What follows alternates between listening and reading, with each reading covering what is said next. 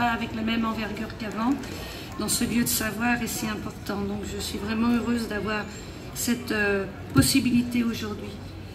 Donc, distingués invités, Monsieur l'ordonnateur national, Monsieur le doyen de la faculté d'environnement et d'agriculture, quelque chose comme ça, Monsieur le représentant de la société Audubon, Mesdames et Messieurs les représentants de la société civile, et puis Monsieur le représentant de l'ambassade d'Allemagne, Mesdames et Messieurs les journalistes, il y en a certainement, et puis surtout Mesdames et Messieurs les étudiantes et les étudiants, merci d'être là. C'est vraiment un grand plaisir pour moi d'être ici, de participer à cette exposition sur la biodiversité. C'est un événement qui nous permet, avec tous nos partenaires, de marquer avec force la journée mondiale de l'environnement. Bon, ok, c'était en juin, mais on n'a pas pu le faire pour des raisons liées au contexte du pays. Mais comme aujourd'hui est la journée de la mer, on s'est dit que finalement, c'était aussi une belle opportunité pour montrer à quel point ces aspects sont des priorités pour nous tous. Depuis le traité de Lisbonne, donc ça c'est ce qui régit un peu l'Union européenne, la question de l'environnement est vraiment inscrite au cœur de nos priorités. Et c'est une priorité qui est guidée par l'obligation que nous avons tous aujourd'hui, que ce soit l'État, le gouvernement, la société civile et chacun individuellement, de préserver, de protéger, d'améliorer la qualité de notre habitat naturel et de tous nos écosystèmes afin de léguer un héritage pérenne à nos enfants et aux générations futures. Cette exposition sur la richesse des écosystèmes en Haïti est donc une action qui s'inscrit d'abord dans le cadre de nos valeurs des droits humains, parce que l'accès à un milieu naturel préservé et sain figure parmi les droits essentiels pour chacun de nous. Elle reflète, cette exposition, en second lieu, l'importance que l'Union européenne porte à la question de la préservation de l'environnement, ainsi qu'à la lutte pour atténuer les effets du changement climatique dans ses partenariats à l'échelle mondiale. Face à l'urgence climatique, l'Europe est en effet sur plusieurs fronts. À travers l'accord de Paris, où nous fixons des objectifs plus ambitieux pour limiter la prolifération des gaz à effet de serre, nous réorientons graduellement nos économies vers des procédés moins polluants ou moins énergivores.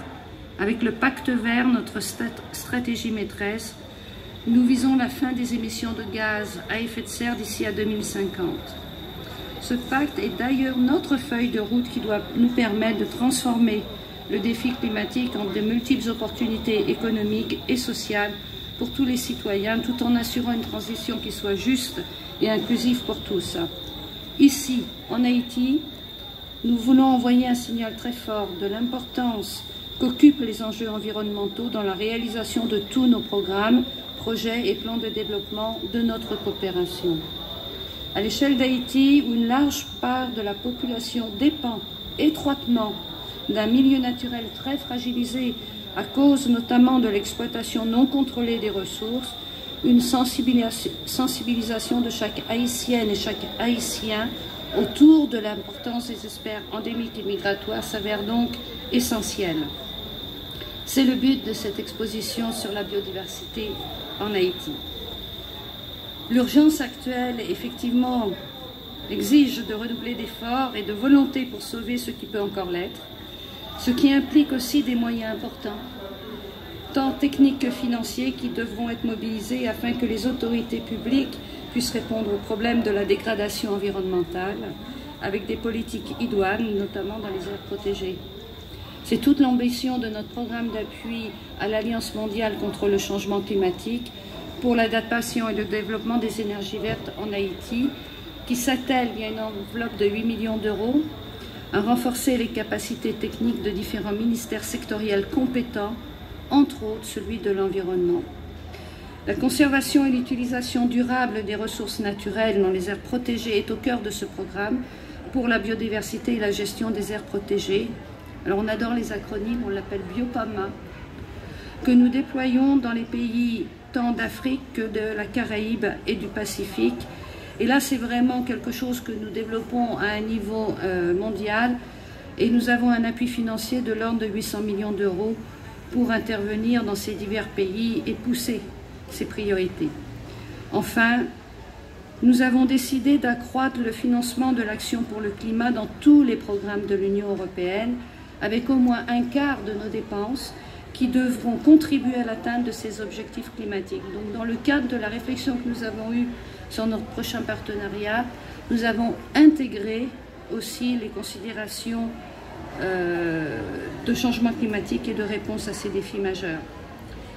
Donc sensibiliser sur la préservation des espèces endémiques, migratoires et en voie de disparition dans nos écosystèmes terrestres et marins répond d'ailleurs à quelque chose dont vous avez sûrement entendu parler, les objectifs du développement durable, le numéro 15, qui indique qu'il faut préserver et restaurer les écosystèmes terrestres en veillant à les exploiter de façon durable, gérer durablement les forêts, lutter contre la désertification, enrayer et inverser le processus de dégradation des sols et mettre fin à l'appauvrissement de la biodiversité.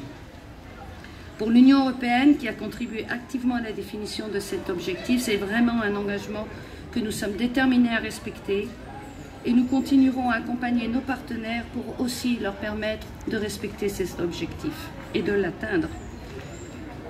Saint-Exupéry a dit, et c'est vraiment une phrase que je trouve très très pertinente, nous n'héritons pas de la terre, mais de la terre de nos parents, mais nous l'empruntons à nos enfants. Protéger notre environnement et nos écosystèmes n'est pas une option, c'est vraiment un devoir. Et la meilleure manière de rendre à la nature ce qu'elle ne fait finalement que nous prêter. Bon, et puis vous avez le GIEC et d'autres qui vous disent aussi il n'y a pas de planète B, n'est-ce pas? Donc faisons attention. Soyez ici assurés de la détermination de l'Union européenne à soutenir Haïti dans son action résolue en faveur de l'environnement qui demeure vraiment un élément essentiel du développement durable. Haïti est riche de sa biodiversité. Protégeons-la tous ensemble. Merci beaucoup. Merci.